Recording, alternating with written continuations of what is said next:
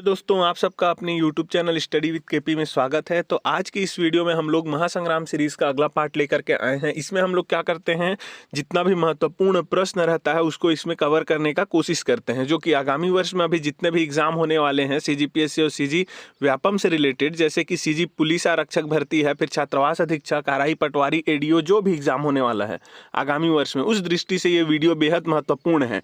इसमें हम लोग जितने भी कवर करेंगे टॉपिक, उन सब के बारे में कुछ कुछ यहाँ पे ब्रीफ आइडिया लेंगे, ताकि जितना भी यहाँ पे आपको क्वेश्चन कराऊंगा वो सब आपको यहीं पे ही याद हो जाए, ठीक है ना। तो अंत तक हमारे साथ इस वीडियो में बने रहें और इस वीडियो को ज़्यादा से ज़्यादा अपने दोस्तों के साथ शेयर करें, ताकि ये वीडियो बहुत दूर तक पहुँचे और हमारा चैनल जल्दी से ग्रो हो सके। ठीक है, चलिए स्टार्ट करते हैं। पहला क्वेश्चन है, क्या छत्तीसगढ़ में कलचुरी राजवंश की स्थापना की थी? तो इसमें छत्तीसगढ़ में जो कलचुरी राजवंश की स्थापना की थी वो कौन है? आंसर क्या हो जाएगा इसका? ऑप्शन नंबर बी, कलिंग राज। अब कलिंग राज इसका आंसर हो गया, ठीक है। तो इसके बारे में कुछ जान लेते हैं यहाँ पे। तो देखिए कलिंग राज, तो कलिंग राज जो है ये कलचुरी राजवंश का था, जैसा कि हमने यहाँ पे देखा। अब इसका जो शासनकाल था वो कितना था? लगभग 1000 से लेकर के 1020 ईस्वी तक इसने यहाँ पे शासन किया, ठीक है। और इसने जो है ना अपना राजधानी किसको बनाया था? तुम्माड़ को बनाया था, ठीक है। तुम्माड़ को अपना राजधानी बनाया इसने। और इसके बारे में जानने लायक क्या है, इसने जो है कहाँ? चैतुरगढ़ में इसने क्या किया था? चैतुरगढ़ में इसने महिषासुरमर्दिनी मंदिर का निर्माण करवाया था, ठीक है, चैतुरगढ़ में। और चैतुरगढ़ में ही इसने महामाया मंदिर का भी निर्माण कराया था। तो यहाँ पे कंफ्यूजन होता है कि जो कलिंग राज है उसने महामाया मंदिर का तो निर्माण करवाया था, ठीक है, महामाया मंदिर का, लेकिन जो फेमस है महामाया मंदिर वो है रतनपुर का, जिसको रत्नदेव ने क्या कराया था? निर्माण कराया था। और ये जो है ये महामाया मंदिर इसने कहाँ बनवाया था? चैतुरगढ़ में। और रत्नदेव ने उसको कहाँ बनवाया था? रतनपुर में। तो उसको आप लोग ध्यान में रखेंगे, ठीक है। और ये एक लौता शासक है छत्तीसगढ़ के कलचुरी राजवंश का, जिसको अलबरूनी ने, किसने? अलबरूनी ने अपने एक किताब, क्या, तहकीक ए हिंद में क्या किया है? इसका वर्णन किया है, ठीक है, किसका? कलिंग राज का। तो ये था अपना पहला क्वेश्चन। इसके बारे में हम लोग इतना सब जाने। क्या क्या जाने? इसने जो है शासन किया कब से कब तक? 1000 से लेकर के 1020 ईस्वी तक किया, ठीक है, 1000 से 1020 ईस्वी तक। इसका जो है राजधानी कौन सा था? तुम्माड़ था। इसने महिषासुरमर्दिनी मंदिर और महामाया मंदिर का निर्माण कराया कहाँ? चैतुरगढ़ में। और इसका जो है वर्णन किया है अपने किताब में, किसने? अलबरूनी ने। कौन से किताब में? तहकीक हिंद में। तो इतना हमको इसके बारे में जानना है, ठीक है। चलिए अब देखिए अगला क्वेश्चन क्या है। अगला क्वेश्चन है, रत्नदेव का शासन काल रहा है बोल रहा है, ठीक है ना। तो शासन काल इसका कब से कब तक रहा है? 1045 से 65 ईस्वी तक। अब 1045 से 65 ईस्वी तक रहा है और इसने जो है किसको? रतनपुर को 1050 ईस्वी में क्या किया है? इसने स्थापित किया है, ठीक है ना। रतनपुर नगर की स्थापना कब की? 1050 ईस्वी में। लेकिन 1050 ईस्वी से पहले भी जो 45 से लेकर के 50 तक इसने कहाँ शासन किया है? तुम्माड़ में। तुम्माड़ को राजधानी रखते हुए इसने शासन किया, जिसमें और कौन शासक रहा है? कलिंग राज और कमल राज, ठीक है ना। तो कलिंग राज जो इसका संस्थापक था कलचुरी वंश का, उसने भी तुम्माड़ से क्या किया है? अपना शासन किया, राजधानी बना करके तुम्माड़ को। तो रतनदेव भी वहां से 5 साल रह करके क्या किया है? 5 साल राजा रह करके वहां से शासन किया, ठीक है ना। तो तुम्माड़ में भी कुछ ये निर्माण कार्य कराएगा। तो देखते हैं तुम्माड़ में क्या क्या बनवाया इसने, फिर उसके बाद रतनपुर में देखेंगे, ठीक है। तो इसने, रतनदेव ने जब तुम्माड़ को राजधानी था इसका, तब उसने वहां क्या क्या बनाया था? तो बंकेश्वर शिव मंदिर बनवाया, ठीक है। तो बंकेश्वर शिव मंदिर बनवाया, फिर रत्नेश्वर शिव मंदिर बनवाया, ठीक है। रत्नेश्वर शिव मंदिर अपने नाम से, ठीक, ये दोनों बनाया कहाँ? तुम्माड़ में। और एक चीज बनाता है कहाँ? लाफागढ़ में। लाफागढ़ में क्या बनाता है? महिषासुरमर्दिनी मंदिर, ठीक है। महिषासुरमर्दिनी मंदिर जिसने लाफागढ़ में बनाया है, किसने? रत्नदेव ने, ठीक है। और उसी को यदि पूछता है क्वेश्चन में कि चैतुरगढ़ में महिषासुरमर्दिनी मंदिर का निर्माण किसने कराया, तो उसको किसने बनाया था? कलिंग राज ने। और लाफागढ़ का को किसने बनाया है? रत्नदेव ने, ठीक है। इतना हमको याद रखना है। अब उसके बाद 1050 ईस्वी में ये बनाता है जी किसको? रत्नदेव को, सॉरी, रत्ननगर को, रतनपुर नगर को। तो 1050 ईस्वी में रतनपुर नगर की स्थापना करता है और उसको राजधानी बनाता है। तो वहां पे इसने क्या क्या मतलब बनवाया है कुछ कुछ। तो वहां पे महामाया मंदिर बनवाया, ठीक है। महामाया मंदिर बनवाता है और बहुत सारा क्या बनाता है? वहां पे तालाब बनाता है, ठीक है। इसीलिए क्या बोलते हैं? रतनपुर को तालाबों की नगरी कहा जाता है। किसके कारण? यहाँ पे तालाब बहुत ज्यादा है इसलिए, ठीक है ना। और इसके बारे में और यहाँ पे जान लेते हैं कि जो रतनपुर है, रत्नदेव ने रतनपुर नगर की स्थापना की, ठीक है। और इसी रतनपुर को जो है इसके शासनकाल में क्या बोला जाता था? कुबेरपुर भी बोला जाता था। क्यों? क्योंकि इसने इतना ज्यादा वहां धन संपत्ति एकत्र कर रखा था कि उसको कुबेर की नगरी के टाइप से देखा जाता था, किसको, रतनपुर को, इसलिए उसको कुबेरपुर भी कहा जाता था। और इसने किससे शादी किया था? इसने शादी किया था किससे? जो पेंड्रा आज के डेट में गोरिल्ला पेंड्रा मरवाही है, उसी क्षेत्र को क्या बोला जाता था? कोमोमंडल। तो कोमोमंडल के रानी थी, ठीक है ना, राजा की पुत्री थी। कौन? राजा की पुत्री, उसका नाम बताना है आपको कमेंट करके, उसकी राजा की पुत्री का नाम क्या था, मतलब इसकी पत्नी का नाम क्या था, उसको आप लोग हमको बताएंगे, ठीक है। तो वहां कोमोमंडल के राजा की पुत्री से इसने विवाह किया था रत्नदेव ने। तो चलिए इतना जान गए इसके बारे में। अगला देखते हैं, अगला क्वेश्चन क्या है? अगला क्वेश्चन है छत्तीसगढ़ में भूमकाल विद्रोह के नायक थे। अब देखिए भूमकाल विद्रोह आया, तो भूमकाल विद्रोह कब हुआ था? तो भूमकाल विद्रोह हुआ था 1 फरवरी से स्टार्ट हुआ था, 1 फरवरी 1910 से स्टार्ट हुआ था, ठीक है। इसके नेतृत्वकर्ता कौन थे? वीर गुंडाधुर जी थे, ठीक है। अब वीर गुंडाधुर जी ने इसका नेतृत्व किया। फिर उसके बाद स्टार्ट कब हुआ? 1 फरवरी 1910 से हुआ। और इसमें जो खास जो बात है जानने लायक वो क्या है? इसका जो नारा था वो क्या था? भूमकाल विद्रोह का नारा था कि बस्तर वासियों का है, ठीक है। बस्तर वासियों का है ये नारा। किस विद्रोह में दिया गया है, ऐसा करके पूछा जाता है क्वेश्चन। तो किसमें है? भूमकाल विद्रोह का ये नारा था, ठीक है ना। अब और एक बात जान लेते हैं कि ये जो है वीर गुंडाधुर, ये कौन से जमींदार से थे, कौन से जमींदारी से थे? तो नेतानार जमींदारी से ये बिलोंग करते थे, ठीक है। नेतानारी जमींदारी से ये बिलोंग करते थे। तो इतना हम लोग को इस बारे में जानना है, इस क्वेश्चन के बारे में। चलिए अगला देखते हैं। अब और एक चीज इसमें जान लेते हैं, भूल जा रहे थे हम लोग कि भूमकाल विद्रोह किसके शासन काल में हुआ। तो किसके शासन काल में हुआ? ये रुद्र प्रताप देव के काल में हुआ। कल जो काकतीय राजा था, कौन? रुद्र प्रताप देव, उनके शासन काल में ये हुआ था भूमकाल विद्रोह, ठीक है, 1910 में। चलिए अगला देखते हैं। अगला क्वेश्चन है क्या? छत्तीसगढ़ में कलचुरियों की प्रमुख मुद्रा थी। तो छत्तीसगढ़ में जो कलचुरी शासक थे उनका जो प्रमुख मुद्रा था वो कौन सा था? कौड़ी, ठीक है। तो आंसर इसका हो जाएगा कौड़ी। और कुछ है उसको जान लेते हैं। कौड़ी जो है ये सबसे छोटा था, ठीक है ना। जैसे कि आज के डेट में पैसा आता है फिर रुपया आता है ना, वैसे ही उस डेट में कौड़ी सबसे छोटा था, पैसा के जैसे था, ठीक है ना। फिर उसके बाद रुपया आएगा, तो कौड़ी के बाद जो बड़ा मुद्रा आता है, इसके बाद जो बड़ा रहता है वैल्यू में, वो कौन सा रहता है? कौड़ी के बाद आता है क्या? गंडा, ठीक है, गंडा। फिर उसके बाद आता है क्या? सॉरी ये साइन उल्टा हो जा रहा है। तो कौड़ी के बाद आता है क्या? गंडा। गंडा के बाद आता है क्या? कोरी। और कोरी के बाद में आता है क्या? दोगानी, ठीक है, दोगानी। तो ये 4 वहां के क्या थे? मुद्रा के नाम थे, ठीक है ना। मुद्राओं के नाम क्या क्या थे? कौड़ी, गंडा, कोरी और दोगानी। और ये जो मन है, मन ये क्या है? मापन के लिए यूज किया जाता था। तो मापन की इकाई थी। जैसे आजकल हम लोग क्या करते हैं, मान के चलिए लिक्विड को नापना रहता है तो लीटर में नापते हैं, फिर कुछ वजन रहता है उसको केजी में। तो वैसे ही ये मापन की इकाई थी, कौन सी? ये मन, ठीक है ना। तो इसका आंसर कौन सा हो जाएगा? ऑप्शन नंबर ए, कौड़ी, ठीक है। चलिए अगला देखते हैं। अगला क्वेश्चन है क्या?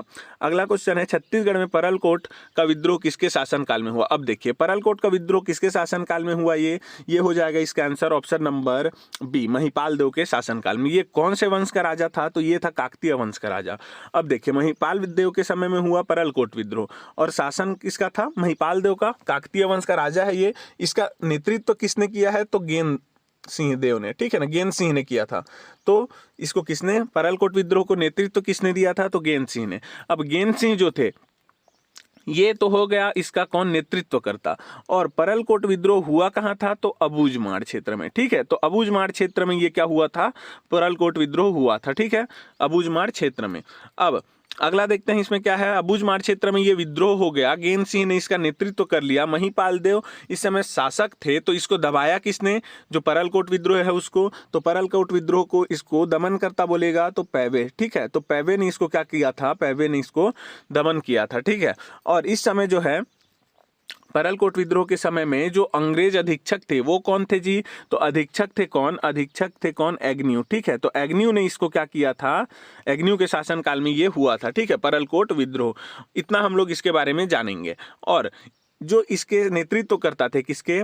परलकोट विद्रोह के, कौन? गेन सिंह। तो गेन सिंह जो थे, गेन सिंह, इनको क्या बोला जाता है? बस्तर का पहला शहीद बोला जाता है, ठीक है। बस्तर का पहला शहीद बोला जाता है इनको, क्या? बस्तर का पहला शहीद, ठीक है।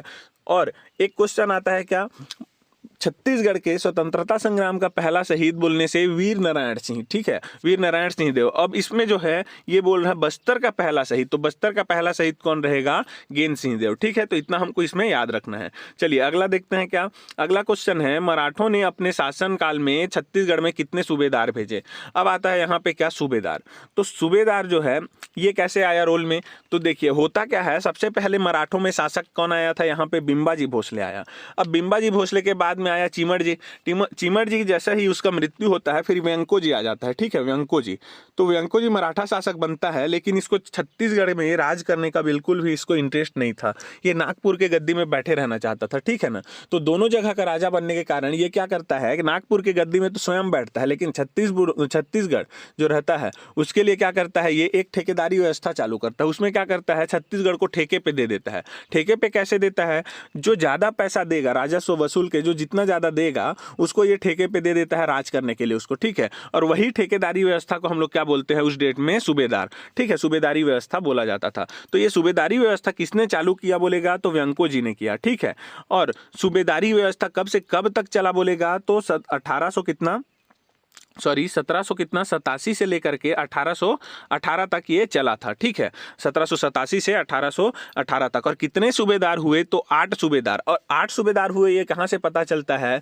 तो एग्न्यू का एक क्या मिला है हमको? पेपर मिला है, ठीक है। एग्न्यू ने लिखा था एक पेपर, उससे हमको पता चलता है। किसने?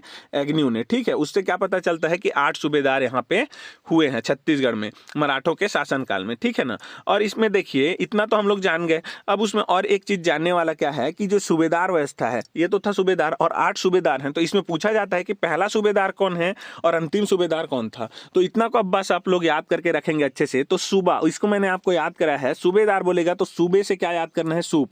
तो सूप याद करना है। और सूप क्या पीते हैं हम लोग? सूप पीते हैं मही का, ठीक है। मही किसको बोलते हैं जी? जो आजकल हम लोग छत्तीसगढ़ में दही निकालते हैं, दही। तो दही से जो निकलने के बाद जो पानी बचता है उसको हम लोग क्या बोलते हैं? मही बोलते हैं, ठीक है। तो मही बोलते हैं उसी को। तो मही का हम लोग क्या पीते हैं? सूप पीते हैं। और इसको बनाता कौन है? मही को यादव लोग बनाते हैं, ठीक है। तो यादव लोग बनाते हैं मही को, उसको हम लोग पीते हैं सूप। तो सूप से आपका क्या हो जाएगा? सूबेदार। और क्या पीते हैं हम लोग? मही पीते हैं। सूप किसका पीते हैं? मही। तो मही से क्या हो जाएगा? महिपाल देव। और यादव से क्या हो जाएगा? यादव राव दिनकर, ठीक है। तो महिपाल देव और यादव राव दिनकर। तो महिपाल देव पहला हो जाएगा सूबेदार और यादव राव दिनकर अंतिम सूबेदार हो जाएगा। तो इस क्वेश्चन से हम लोग इतना चीज इसमें जाने, ठीक है। मजा आ रहा है? चलिए अंत तक हमारे साथ बने रहिएगा। चलिए अगला देखते हैं। तो इसका आंसर कौन सा हो जाएगा जी? ऑप्शन नंबर ए, 8, ठीक है ना। 8 सूबेदार भेजे थे। अब अगला क्वेश्चन देखते हैं। इसमें छत्तीसगढ़ के अंतिम मराठा सूबेदार थे। अभी मैंने आपको बताया कि सूप पिएंगे किसका? मही का। मही को कौन बनाएगा? यादव। तो यादव राव दिवाकर। तो यादव राव दिवाकर इसका आंसर हो जाएगा, ठीक है ना। तो ऑप्शन नंबर ए इसका आंसर हो जाएगा। अगला क्वेश्चन है, अगला क्वेश्चन क्या है? पौराणिक काल में छत्तीसगढ़ को कहा जाता था। अब पौराणिक काल में छत्तीसगढ़ को क्या बोला जाता था? दक्षिण कोसल। तो आंसर क्या हो गया इसका? दक्षिण कोसल। अब पौराणिक काल बोला है, ठीक है। तो इसी को हम लोग क्या रामायण काल में भी बोलते थे क्या? दक्षिण कोसल, ठीक है। तो इसी को क्या बोलते हैं? रामायण काल को पौराणिक काल बोलते हैं। पुराण है ये, ठीक है ना। फिर उसके बाद देखें महाभारत काल। महाभारत काल में इसको क्या बोलते थे? महाभारत काल में इसको बोलते थे प्राक कोसल, ठीक है। प्राक कोसल बोलते थे छत्तीसगढ़ को।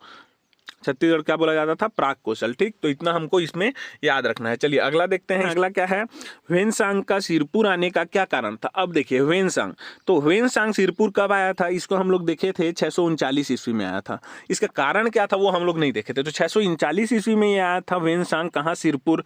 अब इस समय यहाँ शासन चल रहा था किसका? पांडु वंश का। अब पांडु वंश में शासन किसका चल रहा था? कौन से राजा का? तो वो था कौन? महाशिवगुप्त बालार्जुन, ठीक है। और बालार्जुन का जो काल था, ठीक है ना। तो बालार्जुन के काल में क्या हो रहा था? यहाँ पे सिरपुर में जो है बौद्ध धर्म एकदम अपने चरमोत्कर्ष पर था, ठीक है ना।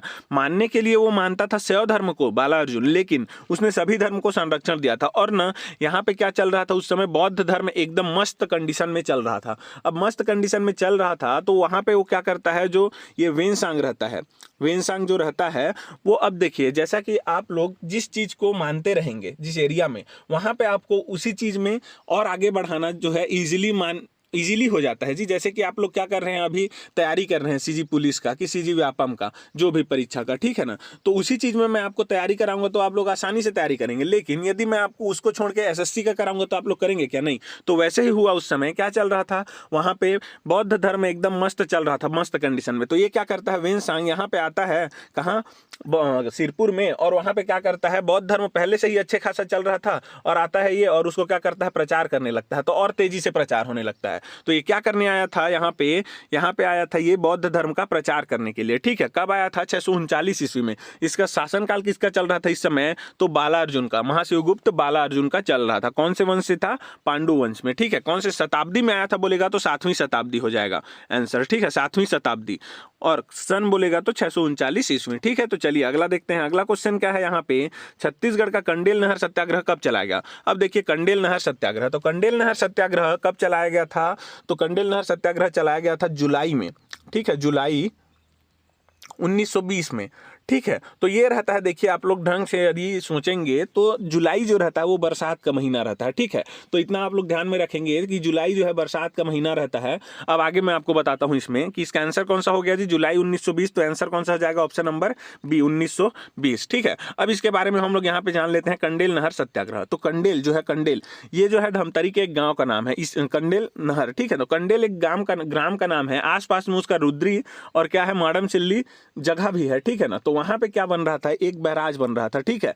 मतलब वहां पे क्या बन रहा था, बांध बन रहा था, ठीक है, बांध जिसमें पानी हम लोग इकट्ठा करते हैं, फिर वहां से वो लोग क्या करते थे जी, खेती किसानी के लिए पानी देते थे। तो यहाँ पे तो पहला क्वेश्चन आता है कि ये जो कंडेल नहर था, कंडेल ग्राम में जो नहर था, जो कहाँ से आ रहा था, रुद्री और कहाँ से, माडम चिल्ली से आ रहा था। तो ये जो कंडेल नहर था इसको बनवाया किसने था? तो इसको आप लोग याद रखेंगे, ये क्वेश्चन बनता है कि मिस्टर हैरियट ने इसको क्या किया था, बनवाया था। किसने? मिस्टर हैरियट ने कंडेल नहर को बनवाया था। अब यहाँ पे ये सत्याग्रह चालू कैसे हुआ, इसका कारण क्या था, उसको हम लोग देखते हैं। तो क्या हुआ, कंडेल नहर, यहाँ पे कहानी सुनिए अच्छे से तो समझ में आ जाएगा आप लोग को। कंडेल नहर वहाँ पे क्या था, पानी देता था जी, किसको? किसानों को, वहाँ का किसानी करने के लिए। लेकिन उसमें एक कंडीशन रखे थे अंग्रेज लोग कि 10 साल का आप लोग को क्या करना पड़ेगा, कॉन्ट्रैक्ट करना पड़ेगा। पानी लेने के लिए 10 साल का कॉन्ट्रैक्ट करना पड़ेगा। कॉन्ट्रैक्ट करने का आशय ये था कि वो लोग ज्यादा से ज्यादा वो लोग क्या करना चाहते थे, उनसे पैसा वसूलना चाहते थे वहां के किसानों से। अब पैसा देने के लिए वो लोग सक्षम नहीं थे वहां के किसान, तो उन्होंने मना कर दिया। तो वहां के जो अंग्रेज थे वो लोग क्या हो गए, गुस्सा हो गए। अब गुस्सा होने के कारण वो लोग क्या किए, रात में जो है वो बांध को खोल दिए। अब चल रहा था बरसात का महीना, जुलाई था, मैंने आपको बोला था कि बरसात का महीना चल रहा है। तो बरसात का महीना चल रहा है, तो ऐसे ही तुम्हारा क्या रहता है, जो जमीन रहता है वो गीला रहता है। अब उसके ऊपर में मैं नदी से और पानी छोड़ दूंगा तो वो सोखेगा क्या? नहीं। तो उन्होंने क्या किया, डेम का जो है ना गेट को खोल दिया। अब डेम का गेट को खोलने के बाद क्या हुआ, वो पानी उनके खेतों में चला गया जी। अब खेत तो भर गए, क्यों? क्योंकि पहले से वर्षा हुआ था, ठीक है। फिर अगले सुबह वो लोग क्या बोल देते हैं अपने अधिकारी को कि ये लोगों ने हमारे खेतों में, मतलब हमारे बांध से अपने खेतों के लिए इन्होंने पानी चुराया है करके। अब पानी चुराया है करके उन्होंने क्या कर दिया, उनपे क्या कर दिया, जुर्माना लगा दिया। कितना का जुर्माना लगाया ये भी पूछता है। तो 4033 रुपया का पूरे गांव वासियों पे क्या लगा दिया, जुर्माना। और उनका जितना भी पशु था उसको कब्जा कर लिया, ठीक है। जैसे भी गाय बकरी ये सब थे ना, उनको क्या कर लिया, उन्होंने कब्जा कर लिया। अब बोला कि तुम लोग इसको निकालना है, इनको, ये गाय भैंस को आपका छुड़ाना है, तो आप लोग क्या करोगे, हमको पैसा दोगे, ठीक है। फिर उस समय किसका एंट्री होता है, उस समय होता है पंडित सुंदरलाल शर्मा जी का एंट्री। वो खुद थे कहां से, राजिम मतलब धमतरी क्षेत्र, गरियाबंद क्षेत्र से, ठीक है, धमतरी ने गरियाबंद क्षेत्र से, ठीक है। तो पंडित सुंदरलाल शर्मा जी आते हैं, बोलते हैं कि कोई अपना अपना जो है ना पशु कोई नहीं छुड़ाएगा, ठीक है। हम लोग यहाँ पे क्या करेंगे, सत्याग्रह करेंगे और उनको झुकना पड़ेगा, ठीक है। लेकिन वहां पे जो है कोई झुकने के लिए तैयार नहीं था, जो अंग्रेज लोग थे कोई झुकने के लिए तैयार नहीं था। ऐसे ही देखते देखते कितना 5-6 महीना निकल जाता है, ठीक है। फिर उसके बाद जुलाई में स्टार्ट हुआ था, तो 2 दिसंबर को क्या करते हैं, पंडित सुंदरलाल शर्मा जी जाते हैं कहाँ, कोलकाता। किसके पास, महात्मा गांधी के पास। और महात्मा गांधी का उस समय इतना रोल चल रहा था कि उनका नाम सुनते ही कि हाँ ये उनके पास गया है, वो आएंगे तो ये जो है ना राष्ट्रव्यापी हो जाएगा ये आंदोलन। ऐसा करके वो लोग क्या कर देते हैं, अंग्रेज लोग जो उनका पशु रहता है उसको छोड़ देते हैं और जो जुर्माना रहता है उसको भी खत्म कर देते हैं और उनका पानी देना स्टार्ट कर देते हैं, ठीक है, खेती किसानी के लिए। तब उसी समय जो है कब आए रहते हैं, 2 दिसंबर को तो ये जाता है जी, कौन, पंडित सुंदरलाल शर्मा जी जाते हैं 2 दिसंबर को। तो उसी समय 20 दिसंबर मतलब 20-12-20 1920 में चल रहा है, तो 20-12-20 को उस समय महात्मा गांधी का एंट्री होता है। तो इसी कारण से 20 दिसंबर 1920 को महात्मा गांधी पहली बार छत्तीसगढ़ आए थे। हम लोग जानते हैं कि 20 दिसंबर 1920 को आए थे, लेकिन किस कारण से आए थे उसको नहीं जानते थे, लेकिन आज उसको हम लोग यहाँ पे जान गए। ठीक है, किस कारण से आए थे? कंडेल नहर सत्याग्रह को सल्टाने के लिए आए थे, इस मामले को। ठीक है, तो ये हो गया।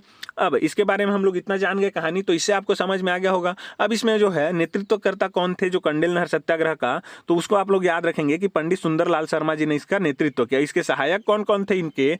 तो छोटे लाल श्रीवास्तव थे, नारायण राव मेघावले थे और नथुजी जगताप जी, ये तीनों इनके सहायक थे। ठीक है, चलिए अगला क्वेश्चन देखते हैं। अब अगला क्वेश्चन है यहाँ पे, छत्तीसगढ़ राज्य में किस राजवंश ने सबसे लंबे समय तक शासन किया? तो इसका आंसर क्या हो जाएगा जी? कलचुरी राजवंश ने छत्तीसगढ़ में सबसे लंबे समय तक शासन किया। लगभग कितने वर्षों तक? तो लगभग 900 से लेकर के 1000 वर्ष तक इन्होंने क्या किया है? यहाँ शासन किया है। ठीक है, तो इसको हम लोग याद रखेंगे, कलचुरी इसका आंसर हो जाएगा। अगला क्वेश्चन क्या है? छत्तीसगढ़ राज्य बनने के बाद जिलों का प्रथम विभाजन हुआ था। अब छत्तीसगढ़ राज्य बना कब था? तो 1 नवंबर 2000 को बना। क्या? छत्तीसगढ़। अब 1 नवंबर 2000 को छत्तीसगढ़ बना, इसके बाद बोल रहा है। ठीक है, इसके बाद जिलों का पहला विभाजन कब हुआ?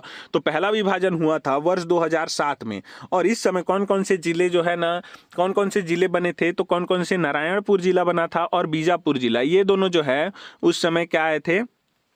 उस समय ये दोनों बने थे। ठीक है, कौन कौन सा? नारायणपुर जिला और बीजापुर जिला, ये दोनों नए जिले बने थे। कब? वर्ष 2007 में। फिर उसके बाद एक बार बनता है कब? वर्ष 2012 में। ठीक है, तो वर्ष 2012 में फिर एक बार बनता है। कितने जिले बनते हैं इस समय? 9 जिले। तो जब 1 नवंबर 2000 को छत्तीसगढ़ बना, इस समय कितना जिला हुआ था? छत्तीसगढ़ में रहा था 16 जिला। अब उसके बाद 2007 में और 2 जिले बन गए, तो इस समय ये फिर कितना हो गया? ये 18 हो गया। अब 18 में और 9 जोड़ेंगे, 2012 में और 9 बन गया जी, तो 9 जोड़ेंगे तो कितना? 27 जिला। इसलिए जो है 2020 तक 27 जिला था।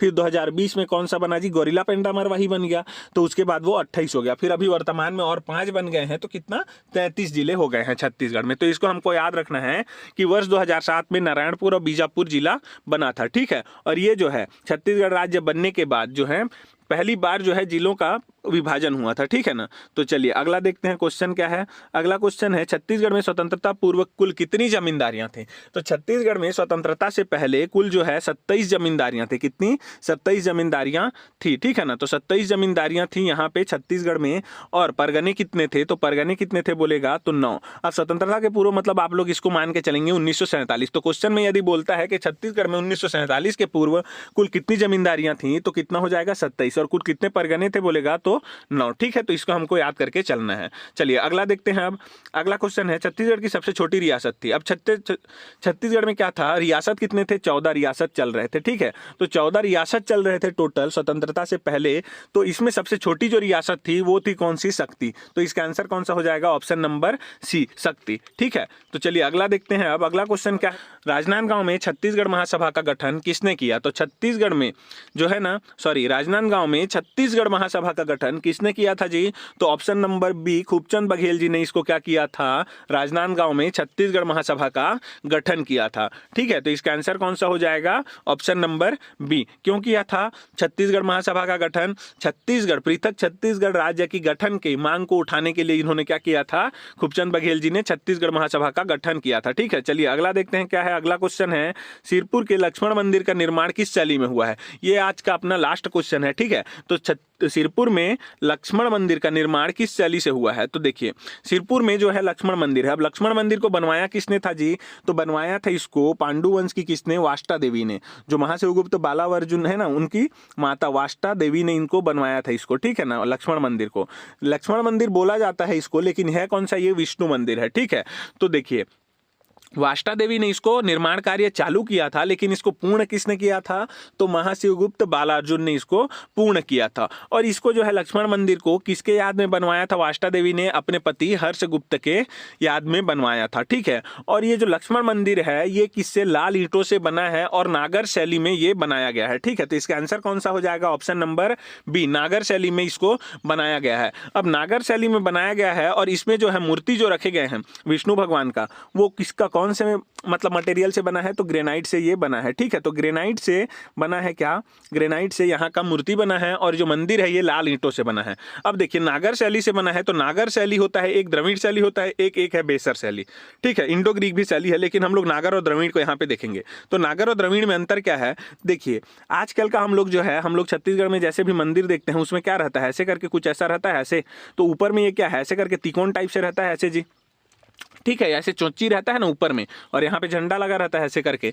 तो ये जो रहता है ये रहता है किसमें, नागर में, ठीक है। तो ये नागर का डिजाइन है मंदिर, जिसमें ऊपर में ऐसे करके ऐसा मान के चलिए ऐसा मंदिर बना है ऐसे ट्रायंगल टाइप से, ये क्या है, ये है आपका क्या, नागर शैली, ठीक है।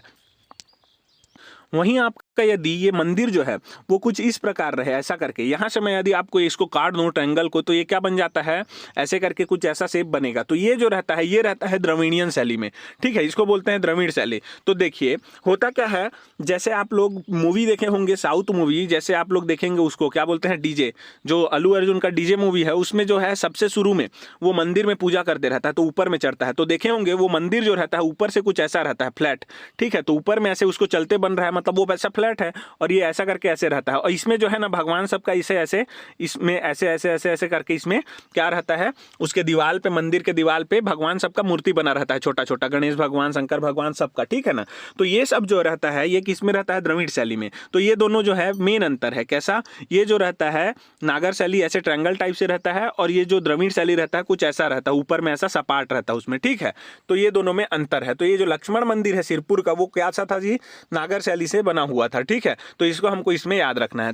तो ये था हमारा आज का लास्ट क्वेश्चन जी। और यदि वीडियो आप लोगों को अच्छा लगा हो तो वीडियो को लाइक करें और ज़्यादा से ज़्यादा इसको अपने दोस्तों के साथ शेयर करें, और हमारे चैनल को सब्सक्राइब करें। अंत तक हमारे साथ वीडियो में बने रहने के लिए आप सभी का धन्यवाद।